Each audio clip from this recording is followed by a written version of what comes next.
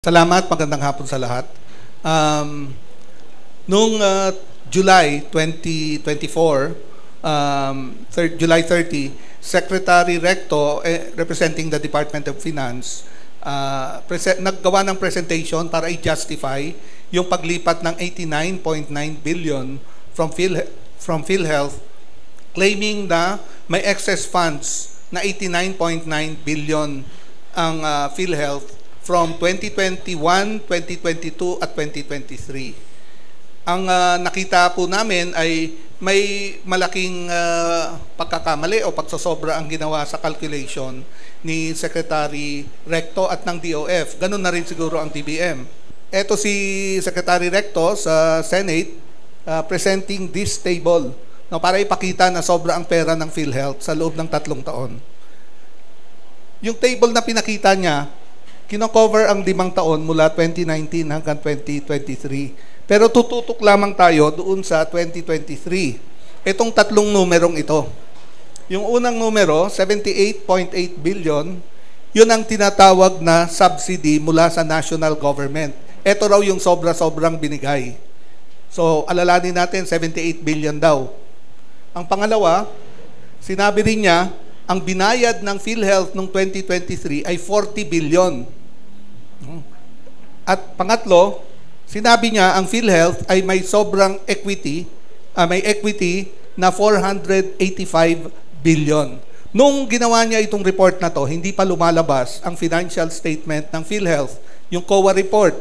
Kaya madaling maniwala na ganito nga ang perang naipon ng PhilHealth. Pero pagkatingnan mo yung financial report ng PhilHealth, sinasabi nila, itong nasa pulang box, yung para sa 12 million na membro na NHTS, yung 4Ps, hindi nila binayad yung premium, worth 28.08 billion. So, December 2023 na hindi pa binibigay ng DBM. Pero sinasabi ni Secretary Recto, ayan, may pera pa silang 78 billion. Sa totoo, ang pera ng PhilHealth nung time na yon, 50 billion lang. Kaya sobra siya ng 28 billion. Yung pangalawang sabi niya, 40 billion ang ginastos ng PhilHealth. Sa totoo, 60 billion ang ginastos ng PhilHealth. So, malaki ang binayad ng PhilHealth, kulang ang binigay ng DBM. Ito yung tinatawag ng COA na lumabas lang ito nung December last year. Number 2 ang PhilHealth, na may negative equity, 664 billion. Negative. Ang sabi ni Secretary Recto, positive, 485. Pero sabi ng COA, negative ito. At bakit naging negative? Dahil kahit may 488 billion ang PhilHealth, ang kanyang liability ay umaabot ng 1.2 billion. Kung alisin mo yung kanyang naipon na pera, may natitira pa ring liability. So, maraming kakulangan sa pag-aaral ng financial status ng PhilHealth dahil buong paniwala tayo sa presentation ng DOF. Ngayong lumabas itong mga COA report, pinapatunay na hindi tama yung report. Makikita rin natin, noong 2022, ang liability ng PhilHealth, 425 billion. Noong 2021, liability ng PhilHealth, 1.1 billion. So, malaki ang liability ng PhilHealth na hindi sapat para sa kanyang reserve fund.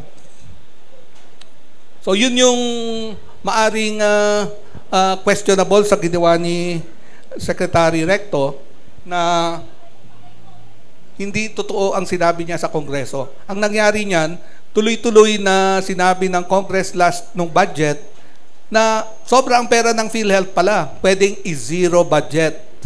Anong naging resulta ng zero budget sa PhilHealth? Na dahil sa ganung presentation ni Secretary Recto, akala natin maraming pera ang PhilHealth, kakayanin niya. Nag-utos si President Marcos na dapat walang, tuloy-tuloy dapat ang serbisyo. Pero may pasyente ako na pumunta sa isang ospital dito sa Maynila. Nung mga 2 weeks ago, nagpa-admit siya, tapos ang nangyari, tinatanong siya ng Malasakit Center. Sabi raw sa kanya, nagpunta yung anak ko sa Malasakit. Ang sabi po, kailangan talaga pumunta ng LGU para makapagpa-sponsor. Tapos yung taga PhilHealth, ganun lang din sasabihin niya, papupuntahin lang sa LGU. Kapag di naayos yung PhilHealth, no choice daw, magbabayad talaga ng hospital bill. Ito, government hospital to. Sunod na araw, nag-text uli, wala pong pinababaya yung staff sa Malasakit. Lakarin daw po yun doon sa LGU at magpa-sponsor sa PhilHealth. Kahit kausapin daw po si Miss, yung taga PhilHealth, ganun din ang sasabihin, papuntahin sa LGU. Tapos sabi din, yung doon sa PhilHealth mismo guard po ang nagsabi na may babayaran maski kahit 2 buwan, kahit naka-sponsored o hindi. Kasi 2016 pa daw po ang last update. Kailangan daw po monthly huhulugan. So, ganun ang hinaharap nung pasyente ko na kahit PhilHealth member siya, hindi pinagbabayad siya ng 2 buwan o pumunta sa LGU para bayaran ng LGU bago siya makakuha ng benefits. Maswerte naman yung pasyente na nilakad ko sa PhilHealth na ayusin yung kanyang record, pero inabot pa rin ng 5 araw bago na ayos. So, ang sabi sa akin ng social worker sa ospital, yung mga NHTS o 4Ps, talagang 2-3 araw bago ma-verify kaya dahil kailangan tignan ng PhilHealth. Ito yung epekto ng hindi pagbigay ng premium subsidy nung DBM. Nakita natin nung 2023, yung 28 billion na hindi binigay ay para sa 4Ps.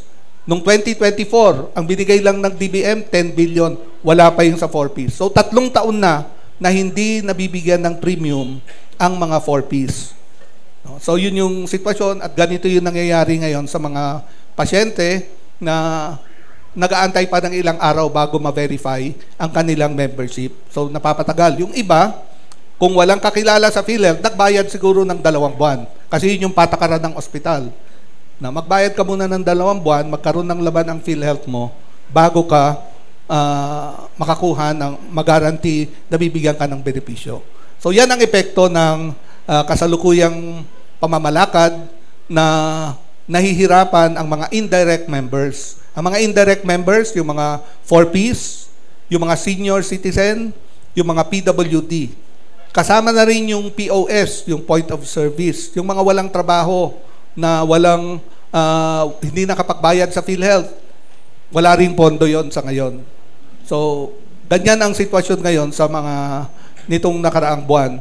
At palagay ko, sa mga darating na buwan, malalaman pa natin kung baka mapuno na ang mga DOH hospitals kung ganito ang sitwasyon at ay hindi sila tatanggapin sa mga private hospital. Lahat ng 4P, senior at PWD baka mapilitang dumulog sa DOH hospitals na punong-puno na. Maraming salamat. Magandang hapon.